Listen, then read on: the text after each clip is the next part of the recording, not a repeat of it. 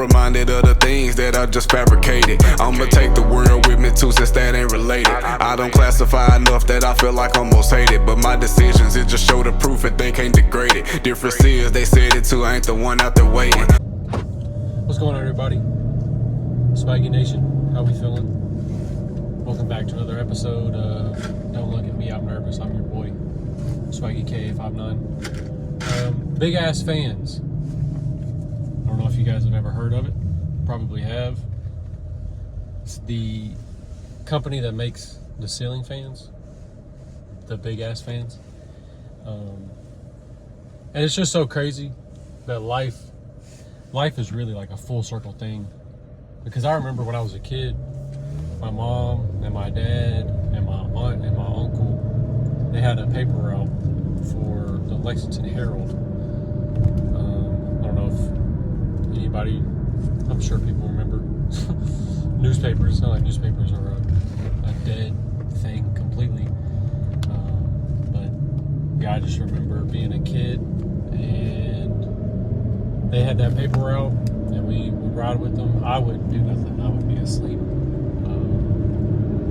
Because I don't know why they felt like I needed to be with them. Just leave me at the house. Let me sleep. I don't care if I'm a kid. Just let me do or let me right. But yeah, I mean, I remember the paper route and in Lexington, and we would always pass by the Big Ass Fan building, and not just like during the paper route, but just on that side of Lexington. It used to be,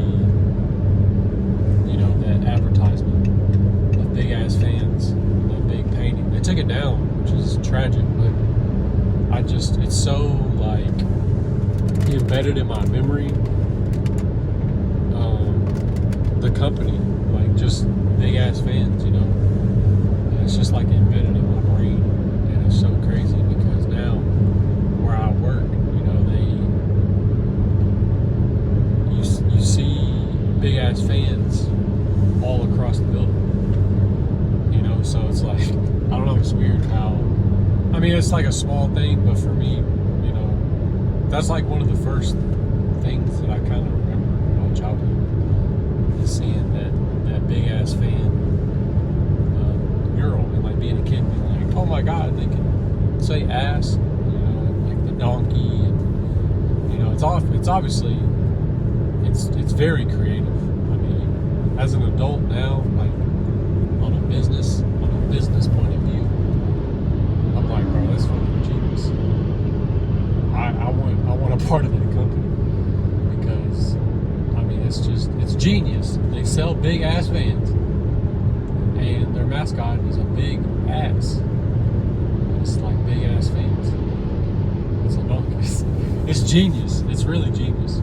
Like, I really want to work for the company just because of that. Like, and I've always said, like, if I were to build a house, or once I got some money, down the road, and like I can build or something, maybe I'd build, a fucking full court basketball and put a Big Ass Fan in there.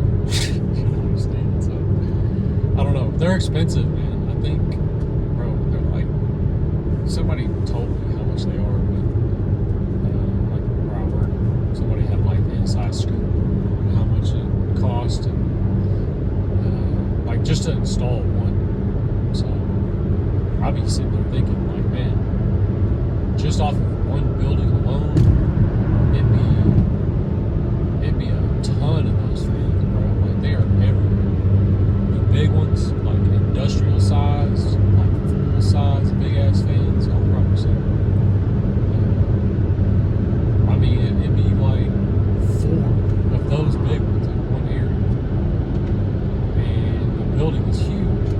And it's like, that's just one building. You know what I'm saying? They probably supply like all types of industrial, like warehouses and stuff, all across the country. Not just the country, but like the world, probably. That's just so crazy.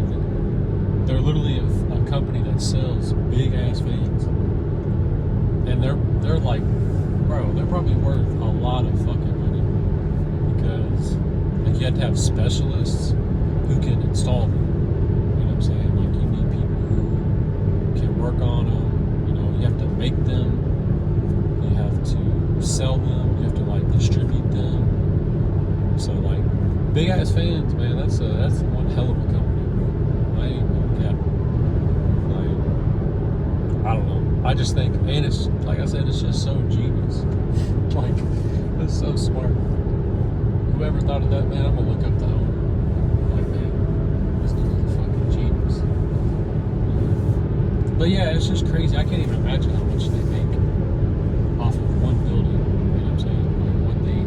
Because they make small ones. They're still industrial size. Like they're still full size fans. You know, ones that like hang from the ceiling. You know, like Planet Fitness. Planet Fitness has big ass fans. They have, you know, the circular ones that are they're bigger, but they're like smaller. You know, it's like you could probably buy one for your house, but that would be kind of crazy because they do make the floor ones, like the stand-up ones. That's what I'm saying. Like I would love to have just a big ass fan, you know, brand like box fan or something. Dude, that would be so sick. Or just like one of the stand-up ones, you know. I don't know what that one brand is, but you see it at Walmart a lot, like the white one. It's like the stereotypical, you know, like fan for, you know, stand-up is white, it's got a little switch, you know, like spins. But I want like a big ass fans branded of those, man. Like that would be so sick. Because, like I said, it's an amazing company, amazing idea. And as an adult, like on somebody who loves making money and like being creative, now that side is like real prevalent in my brain, bro, 10 out of 10. Two thumbs up, 5 stars, all of that. Like, it's genius, bro. But enough of big ass fans. Another thing I was thinking about, let's kind of change the tone a little bit. I wrote it down. I can't remember exactly what I said, but it was somewhat along the lines of like the toughest people usually have like been through the most stuff, or like the most honest people are the toughest, or something like that. I can't remember exactly what I said, so I'm like paraphrasing myself, but I don't want it to like not make sense.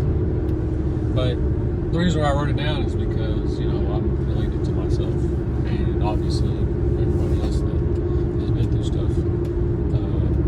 Because it's always like, if you're going through something and you kind of reach out to somebody, whether it be a friend or whatever, and maybe they just have some like form of experience over you, you know, whether it be off of age or just situationally, you know, just more experience than you.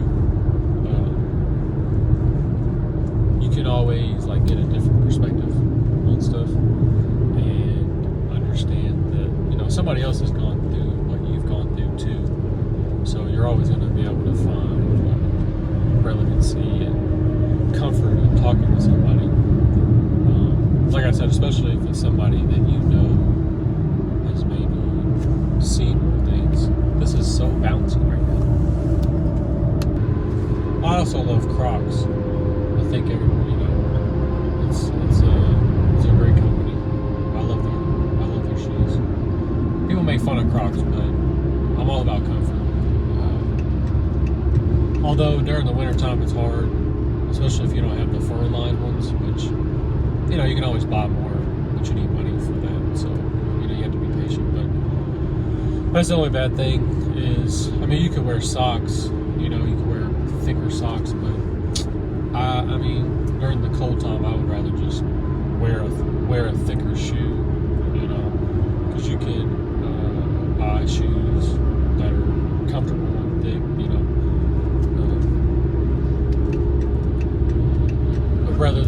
get some Crocs and some thicker socks, which, you know, you can do that. I'm not mad at it, but that's why they make fur liners. But obviously, when the weather changes and it starts to get warm, you can just slip them on and go outside. And wear them. I don't know. It's all preference. You know, it's kind of the same thing. If you wear Hey Dudes or Vans or Clarks or whatever brand, Chuck Taylor's, Nike, Adidas, it's all the same stuff. You know, it's all products and part of consumerism. But, you know, it's life. You can walk around barefoot, but most of the time companies don't let you. Shoes on anyway, so you kind of have to have shoes. Also, your feet would hurt if you were just walking on gravel and fucking hot pavement during the summertime. You'd have hella blisters on the bottom of your shit.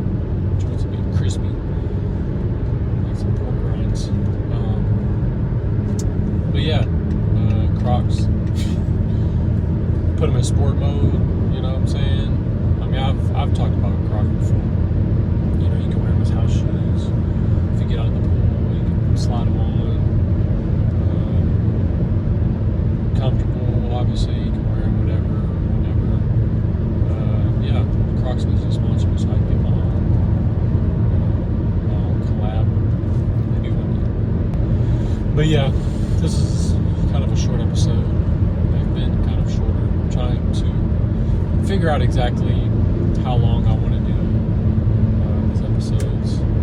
Probably short at first, just to kind of see, get my feet wet. Maybe do more preparation and writing stuff down. It's difficult for me to write stuff down right now, you know, at work and stuff. I be having ideas, and I try to jot them down as much as I can. Which I do have a bunch written down. I just haven't done anything with them yet. I need to stop making excuses and find time to try to share my gift and really explore and really get out there and let the world know, who I am, what my purpose is, what I'm here for. But like I've said, I mentioned in the last one, it's, you know, sometimes you just gotta go into hermit crab mode and really like lock in and try to figure out, you know, what it is that you want in your life and try to figure out who you are, what you need to fix, you know, all that stuff.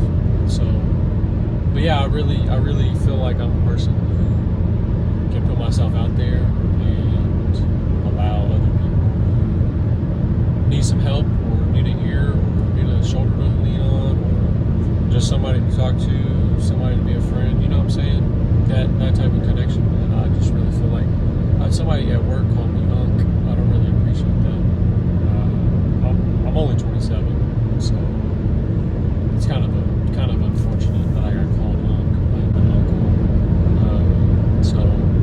But that just doesn't sit right. But then I'm thinking like, yeah, you know, when I was a kid, my uncles were kind of my age now, so I guess it makes sense. But yeah, it's a weird feeling. Yeah, you know, hey, I'm here. You know what I'm saying? So this is my purpose, man. I'm here to help people, whether it be through my voice or just whatever, man. Yeah. So it's been another episode. We'll catch y'all next time.